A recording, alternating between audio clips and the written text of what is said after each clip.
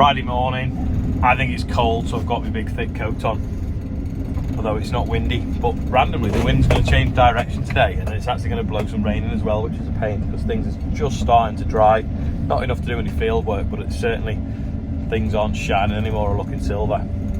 We're going to lift the panel now out of the OSR store doorway so that we can now go in to get more out, because there's been a few load of OSR gone out over the last few days, and we want to, I think there's 7 or 8 load going out next week, so we can load the wagons quicker once we can drive in the shed rather than scooping it over the panel.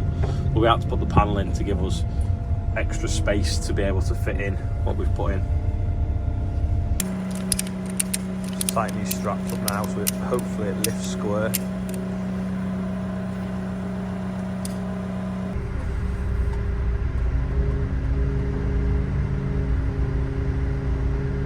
Not too bad.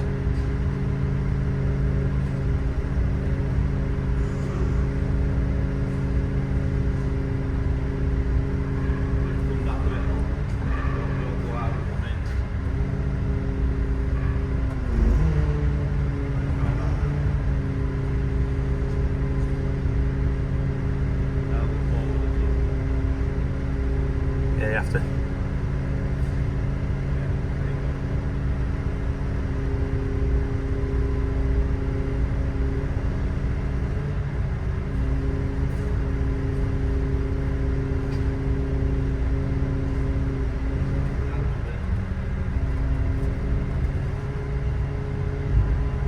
It's quite tight in the pillar and in the runners.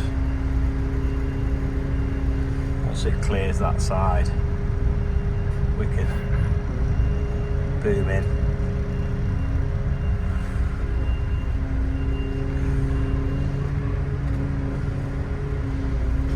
Then drop it back down this side to the gap.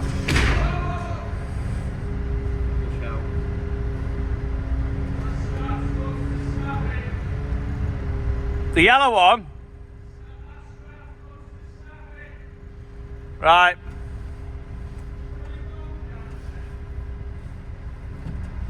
Let's have a look what's going on.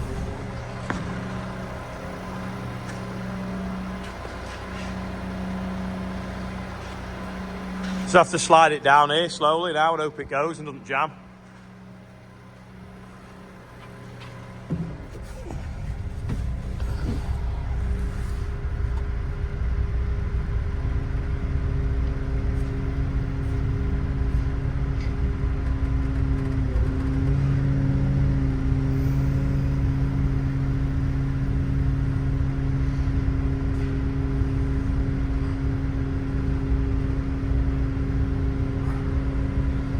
Another few inches and it should fit out the gap.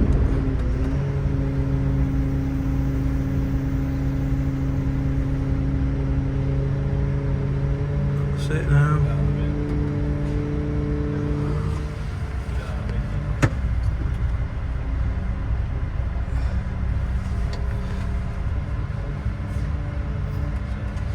Just stand back, Rob, I'll do it. Hopefully it'll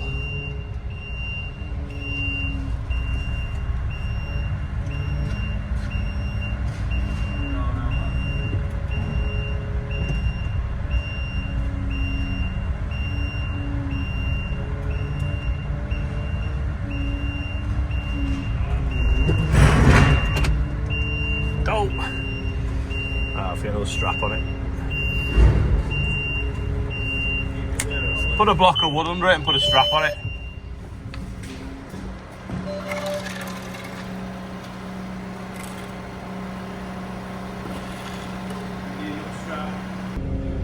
That just shows you how heavy the panel is. It's completely munched that piece of wood. Anyway, we've put a swing in it now, so hopefully we can pivot it out. And we've retightened the yellow strap. So if everyone stands back. No, and you just need to tighten the blue one now so it lifts square. The lifting eyes you see have rusted away in the top of the panel, which is a bit of a pain. we've got it out. It really wants 2 square holes cutting in it, so we can just put pallet forks in, make it easier. Because although the straps are well in the weight range, if it jams, you then suddenly need a hell of a lot more force to pull it out. But, let's have a look at that wood, Rob. Nice job. Just twist it so we can see the side profile. A little bit of a 1690 update. Morgan's stripping this back end down that we bought for the gearbox. Take the gearbox out to fit to this one. But he took the diesel tank off, didn't realise it was full of diesel, and diesel's gone everywhere, so it smells nice in the workshop at the moment. But yeah, bit of a BP oil slick going on. John and Morgan are just setting out now, finishing this fence off down this paddock, and I've run out of rails, so we're going to go up to McVeigh Park, and Amanda's going to come because she's on mat leave, but she's going to go and show us where they are. We're going to get the rest of the rails because we used them along here for doing the driveway at Water Lane. Arrived at McVeigh Parker to pick the stuff up. Lovely smell of creosote. Oh, smells like a new railway. Stinks. Some wood here, isn't there? Hey, troughs.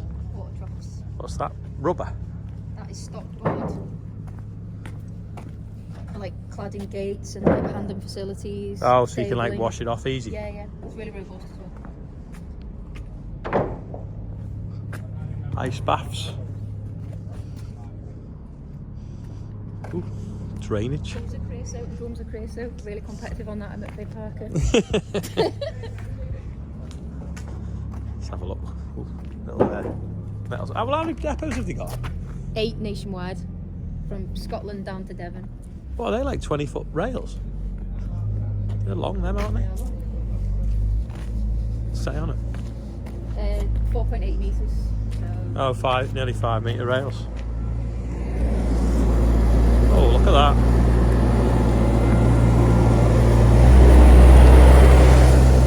Some gates here.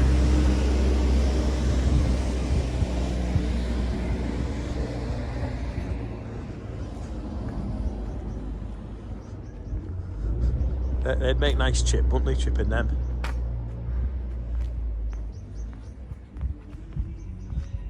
Big gates, little gates, all the wire.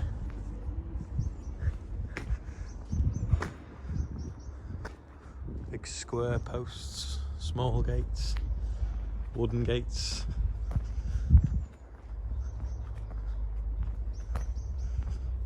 More wire. So we've got to fence a field as well, so we're going to use the Clip-X posts, which... Where's the Clip-X posts?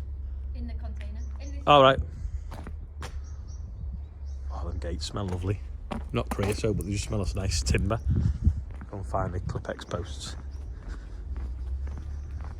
It's got like a cow shed. These are the posts we're going to put in for the field. Because they're going easy and they never rot because they're stainless. Galvanised. Loaded up now with the stuff from McVeigh Parker. Amanda's just fed Liam because she come with me. She's on maternity leave because she works at McVeigh Parker. Head back to Brookhouse now. Carry on with the fence. And my hands now smell of ratchet straps. I'm over at Wellbrook now. James is dressed like a jelly baby.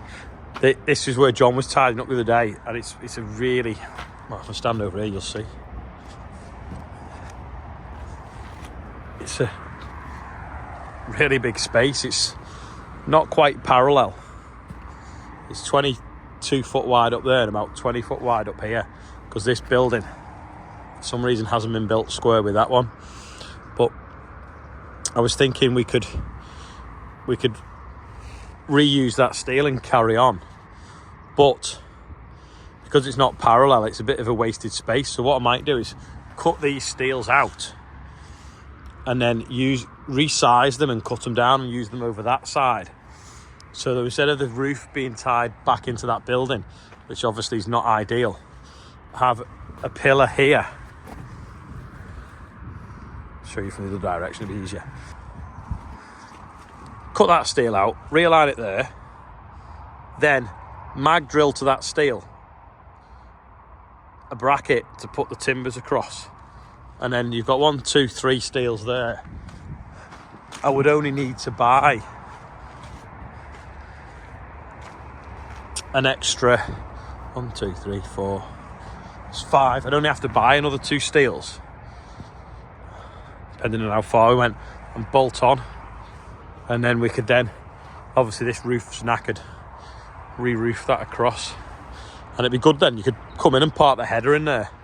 We'll pull this base out that an old grain bin sat on, because that's just in the way. But yeah, it's just making use of what was just a mess really. Need to waste some scrapping, get a skip for all that rubbish as well. This is some of the bits and bobs that have come out of it.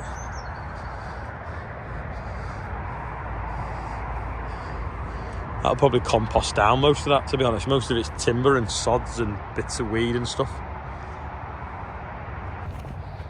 Once we've finished the paddock and fencing across the road, we'll get back onto this, but there's no point really roofing this just yet until we've repaired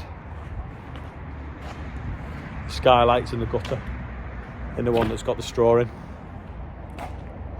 You could spend weeks at any of the yards doing stuff. Amanda's weighing up the barn. She's going to lamb her sheep in, because she only lives sort of like half a mile over there. We've got the skylights fit in here, but I want to concrete the floor, so that will be the first job we'll do with the Keenan, is concrete this floor. But they're to go up there. But the weather's just been that bad. You can't go on a roof in the rain, because you just slip off. So we've got to, might be able to do it from underneath with the cherry picker, or certainly behind, but we'd have got the cherry picker stuck. It's so muddy behind, even though it is yard. But we'll get that sorted, get this shed finished, and then that's more usable. Once we've finished sorting the yards out, getting them tidy and usable, I want to set to on this bend.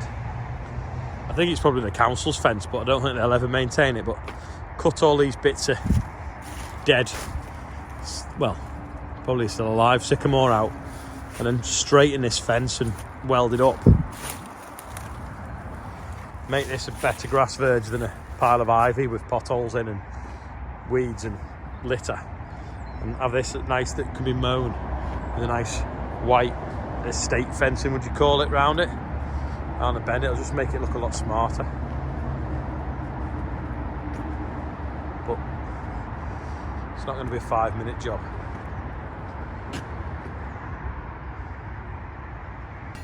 You know, we've got a set of pallet forks on the front of the Merlot, and you don't have to carry that really heavy piece of wood. We've got some free labour as well. Tony's here. Yeah, we just realised that with the string line we've fenced Amanda in. Anyway, these posts aren't concrete in yet, so I've lifted them out. She can pull through. This is a bit of a pain, because there's a cobbled road underneath. So we're just struggling a bit with the post hole borer.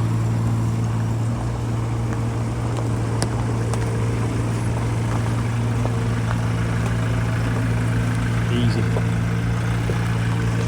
Don't forget your child.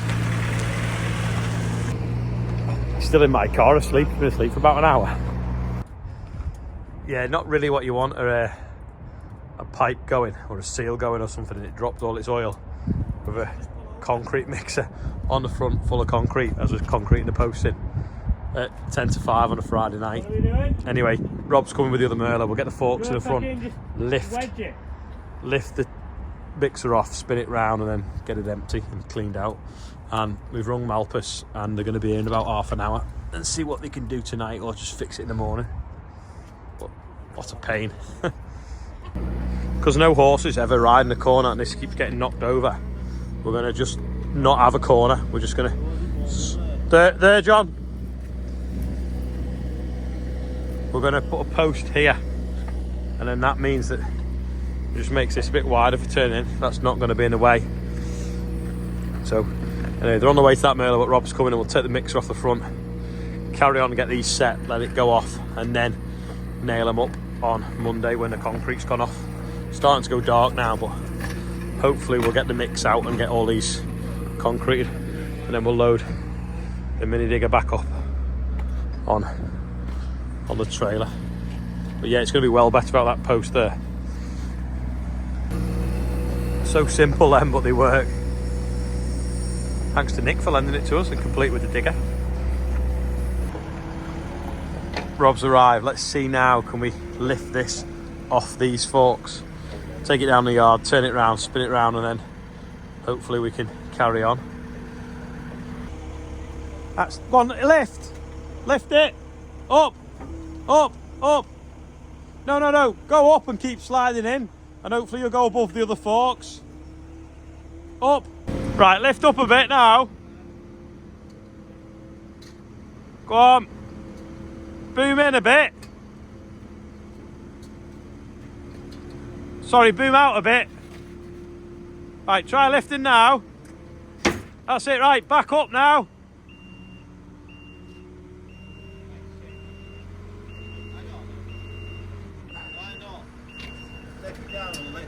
Down. Just crowd forwards a bit. John's come up with the idea. We'll take it off complete with the forks rather than try and slide it off, then push the forks out. Go on, down a bit. Oh, it's jammed right there. That's it. Right there. Right, if we lift these clips up. Right, go up now. Right, we've lifted it off now. So we takes it over there, drops it down, and couples back to these forks. Then we can get it empty. It's completely dark now. Massive thanks to Tony and his labourer that have helped us with the fence. And a big thanks to Morgan that's done most of it. While I've been chatting, we've been sorting out where we've got to put some lights in the stables, the water supply. We've just turned up now to look at the Merlot. This is Amy. She's going to be having her horses here, so she's been supervising what's going on. I don't know why we're having horses, but the stables are empty and it'll pay towards them a bit. There's 2 bolts up there. We're going to see if we can get extensions over the top of the boom to undone these 2. Just saves us crawling underneath, and then we can lift that panel out. We've got a load of extensions to reach down to that panel off underneath the boom. You see that pipe there, that red bit in front of us? It's blown off that fitting there, that metal fitting. It should be on there. See that? That's come off there. So whoever's made the pipe hasn't made it properly. Because the boom's so low and it's a little awkward to reach underneath. What Johnny's done now is he's took the end off where the ferrule's blown off the pipe. We're going to try and cut the ferrule back, slide the pipe on, get loads of Juby clips, enough to get some oil up to the valve box and lift the boom higher, and then it'll be easy to work on then. That's the plan.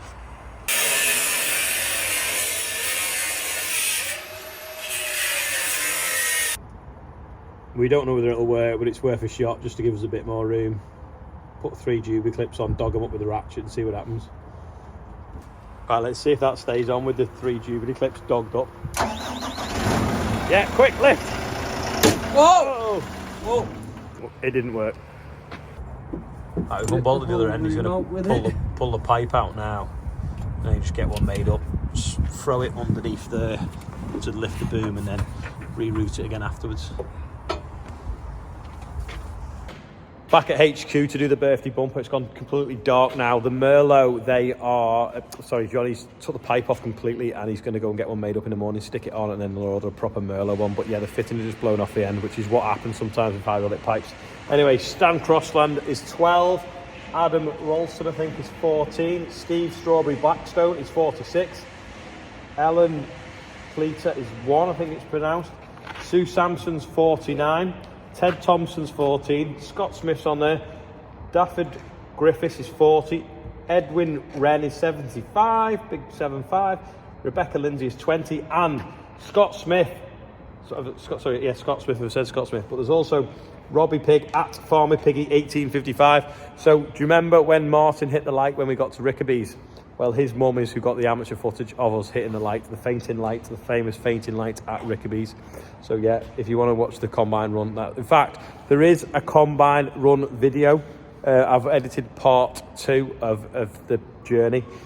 Do I put it out on Sunday morning, or do I just wait till I'm busy one day and give it you a day when I'm busy perhaps?